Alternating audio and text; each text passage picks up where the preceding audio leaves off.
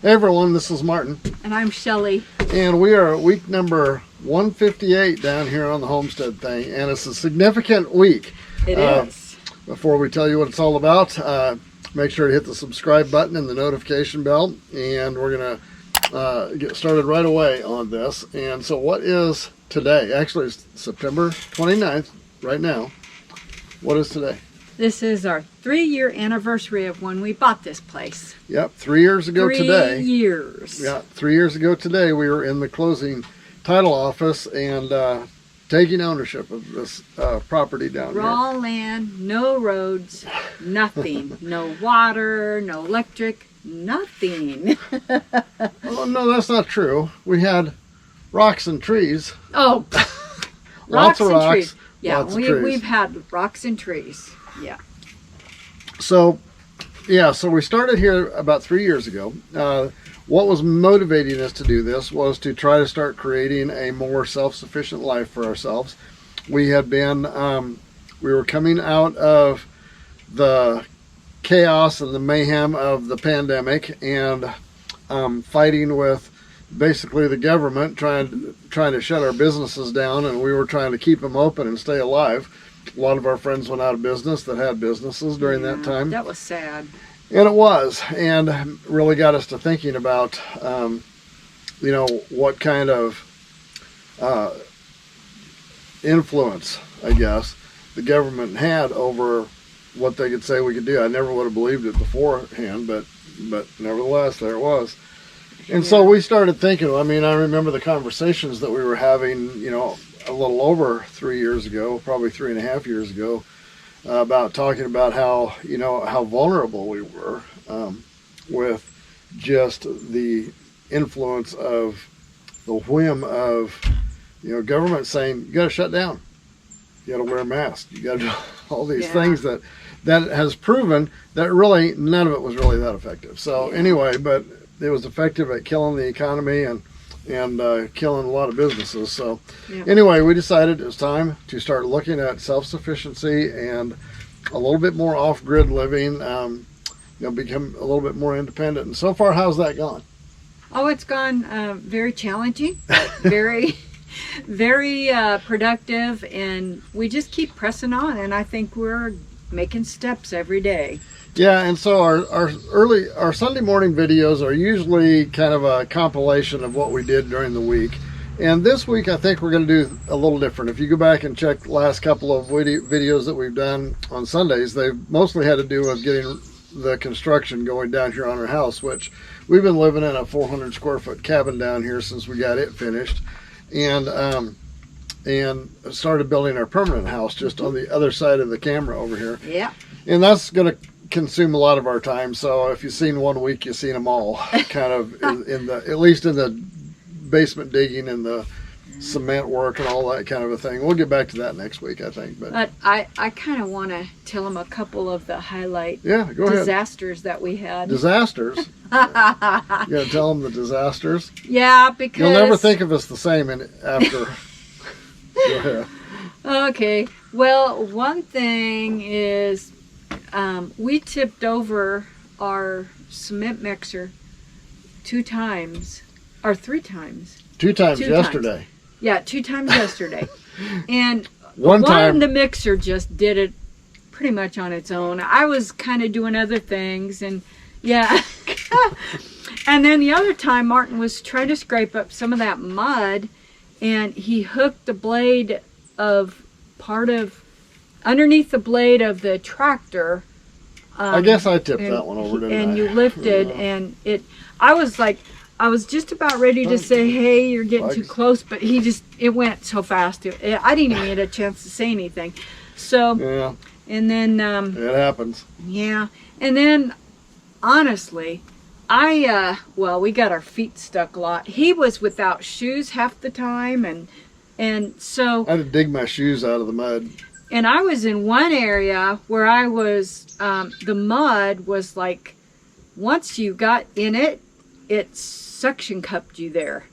And I was trying to walk, and I had my foot up, thinking that I was getting ready to lunge forward and take a step. And of course, my foot was stuck. And of course, what do you do then? I'm like, oh no, I don't want to fall in the mud. You fall over. So I thought, well, I'll fall in the forms. Oh, gee. So she fell in the cement. Yeah, cement forms and, yeah. But I survived and got another thing. Oh, okay. Got another thing. And then another thing is I don't know what I was going to say. I guess you didn't have another thing. It'll come back. Anyway, so what we're going to be doing this week is we're going to kind of highlight some of the high points that we've had since we've been down here. I can name off a few of them. Obviously, getting this cabin built was one of them. And we were on a stiff deadline to get that done. Yeah. And obviously starting the thing over the basement over here and installing our solar, I suppose, was a pretty significant event, and certainly clearing the area for the garden. That was a big job that we did this past spring, and we're certainly glad that we did that. Yeah. So there's been a lot of things, a lot of significant things that have happened since we got here. Oh, I remember what it was. Okay, she remembers now. I was very, very intent in what I'm doing, scraping the mud out and doing all this stuff. And I was trying to get around the corner, and we've been laying, some of the cement had already dried from the day before. So as I was walking and I was trying to get over where Martin was, I accidentally stepped in our wet concrete. What are you going to do with her? And so, of course, I've been the one that's pretty much fixing it. You So step in it, you fix it. I fixed it. Well, I've been fixing a lot of it. Yeah, I know you have. Anyway. All right, so anyway, stick with us on this, or we're going to go in and hit on some of the highlights this week of what we've been doing here. Don't forget, name of the channel is The Campfire Trail, and subscribe, hit the notification bell, and join with us on this journey. Yes, please come along. We don't know if we have any more disasters ahead of us. Yeah, it's unavoidable.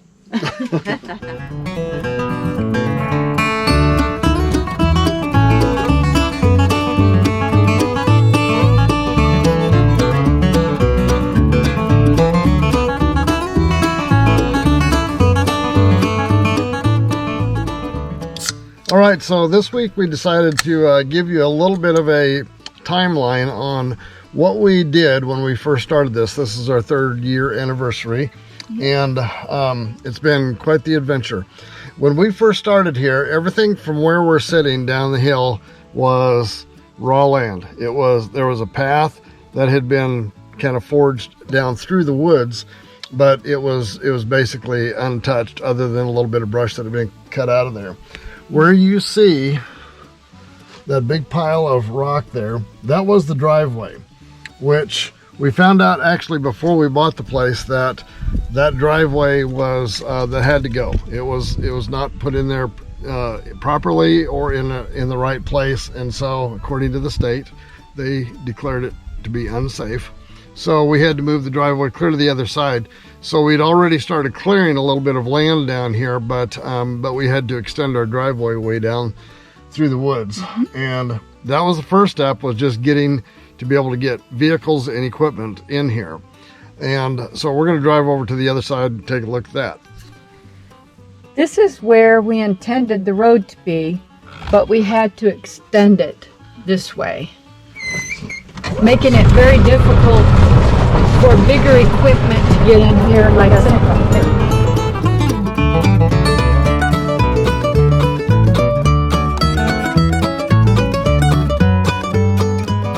After 3 months after we bought the property, we decided we needed something to put our household items in, and so we didn't want to rent a storage space, so we got the shipping container, and that's where a lot of our stuff is stored until we get our house built.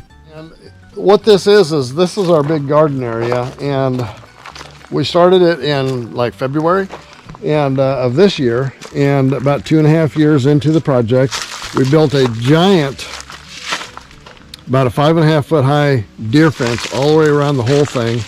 We've got 13 raised beds. We've got a small greenhouse down here, and down there you see the solar panels, which powers up the property. And how did the garden do this year? It did excellent. Yeah, a lot of cowboy candy hanging there on the vines. Yeah. Lots of them. And the tomatoes are still going. Most of the rest of the stuff has kind of died off. Here. Yep. More peppers. Look at this big one in here. He's huge. Oh, that was a good one. Yeah. Yep. Got some red ones. Yep. Tomatoes. So we'll talk a little bit more about the solar when we get down the hill to the solar plant. We're at our firewood processing area, and first year we had our wood underneath the tarp, and the second year we decided to take it a little bit more intense, and we've got a wood splitter and another tent over there to where we can actually do it under shelter. This is this fall's work. We're going into the winter. Here's our handy duty wood splitter. I'm telling you, this saved us a lot of effort and time. This thing here is probably our item number 2 or number 3 at the most on the most valuable equipment here at the property.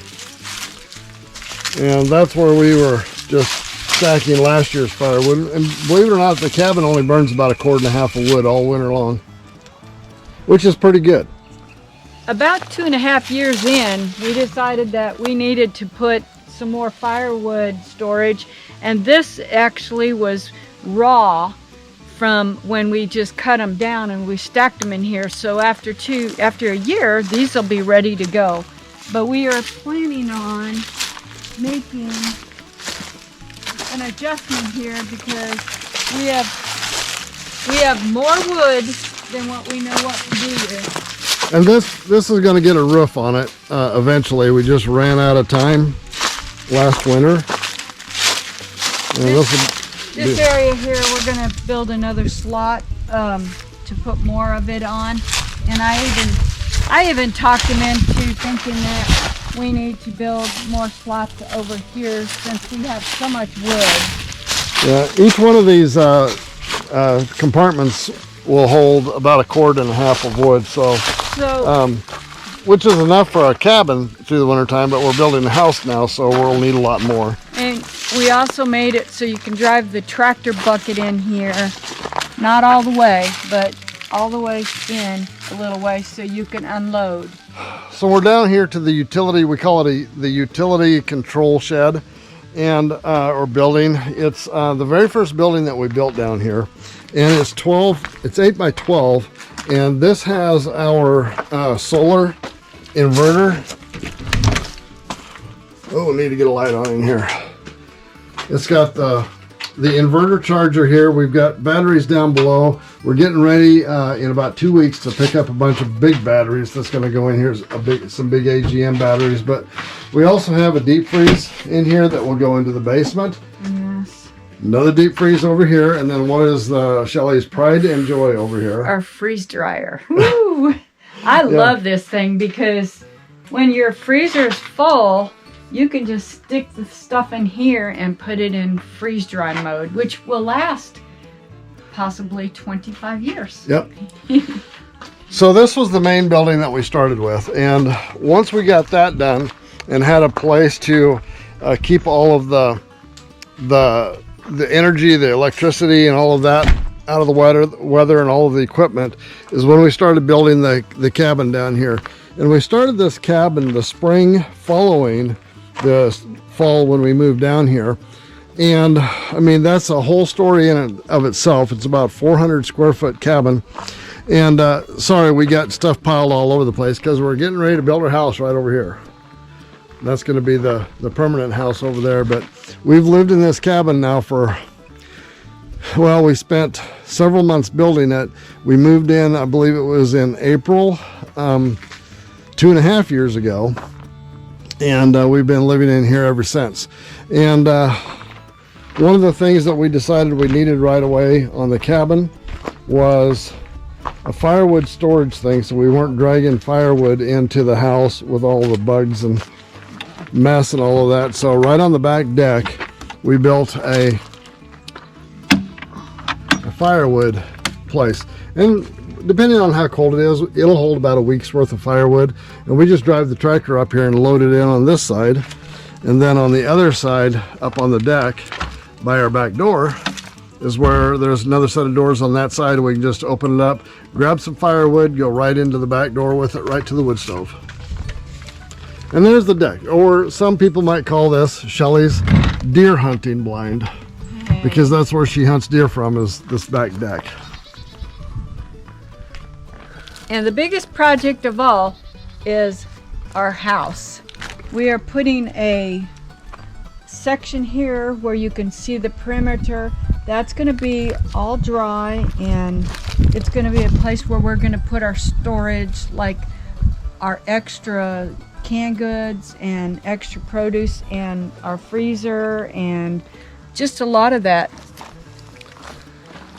Yeah, so when this is done, we're going to be moving the freezers into the basement. We're going to be moving the freeze dryer into the basement. All of that is going to be down there, and this first little section will be a storm shelter underneath. We're going to do reinforced concrete for the lower basement part, and then the upper part is going to be, the main floor is going to be a summer kitchen, which will have a lot of windows around it that we can open up when we're doing canning and things like that in the summer and it's hot. We're not wanting to heat up the house. So that will be that. This is going to be our stairway where we get down. If we're outside, we can just go down into here. If we're inside, we're going to put a stairway in there anyway. Yep. So that is the kind of the essence of what we've done here for the last 3 years down here on the property. And for the most part, I mean, I've mentioned it in a lot of our videos, we're both in our 60s. We started this thing when I was 60, Shelley was 62, and we're now into it 3 years. So we've taken it slow and steady. We've done virtually everything ourselves, with the exception of putting the roof on the cabin. We had our kids help with that.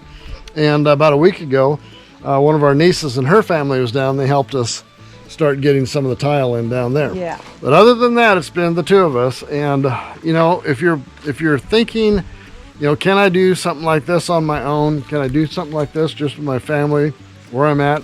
And I want to encourage you by saying that, you know, depending on your physical limitations, I guess, yes, you can. And you just have to find what your limitations are, and just sort of work with those, and you know, do the best you can, and you can make that dream come true for you too. And I say one thing too, you will adapt to every situation on what you need to do, and then you'll learn. Yep. I'm learning this now. I've never done this from ground zero on up, so. Yeah, so anyway, thanks for watching the video. Make sure to subscribe, hit the notification bell, and we'll see you next week. Yeah. If you've enjoyed this video, give it a like and a share, and don't forget to hit the subscribe button down below and the notification bell. See you next time.